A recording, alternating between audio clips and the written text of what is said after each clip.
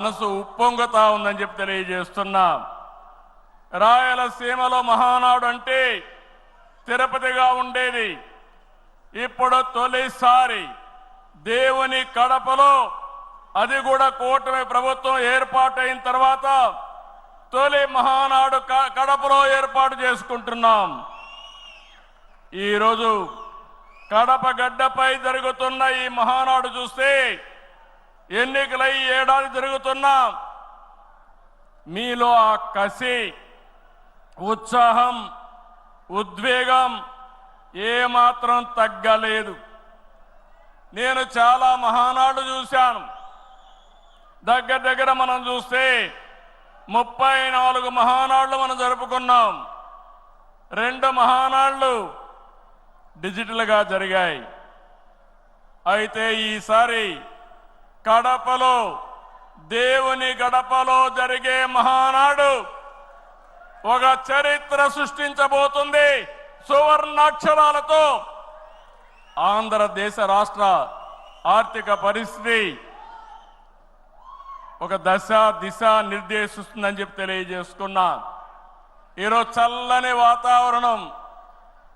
అన్ని మహానాడులంటే చాలా వేడివేడిగా ఉండేది, ఎండలు ఎక్కువ ఉండేటివి. ఒక ప్రశాంతమైన వాతావరణంలో, ఆహ్లాదకరమైన వాతావరణంలో ఈరోజు కడపలో మహానాడు జరుగుతూ ఉంది. ఉమ్మడి కడప జిల్లాలో 10 స్థానాలకు గాను 7 స్థానాలు గెలిచాం. మన సత్తా చాటాం. ఈసారి ఇంకొంచెం కష్టపడితే 10కి 10 మనమే స్వీప్ చేస్తాం.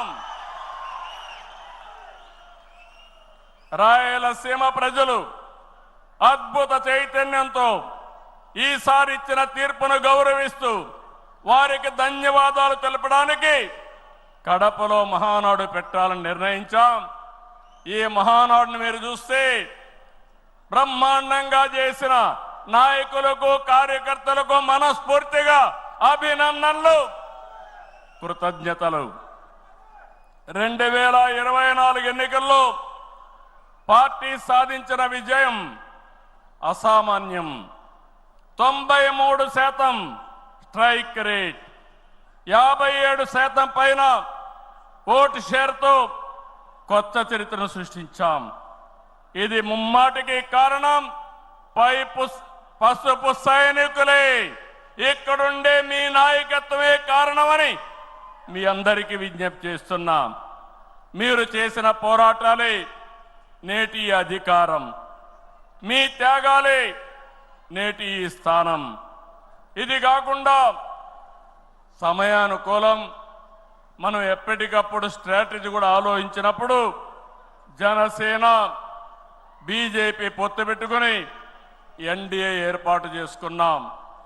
దానివల్ల కూడా ఈరోజు ఈ మహా విజయానికి దోహదం చేశాయని చెప్పి విజ్ఞప్తి చేస్తున్నా. ఏమీ ఆశించకుండా దశాబ్దాలుగా ప్రతి గ్రామంలో జెండా మోస్తున్న కార్యకర్తల వలనే మనం ఇక్కడున్నాం. నేనే కాదు, ప్రతి ఎమ్మెల్యే, ప్రతి ఎంపీ, ప్రతి మంత్రి గుర్తించుకోవాలి.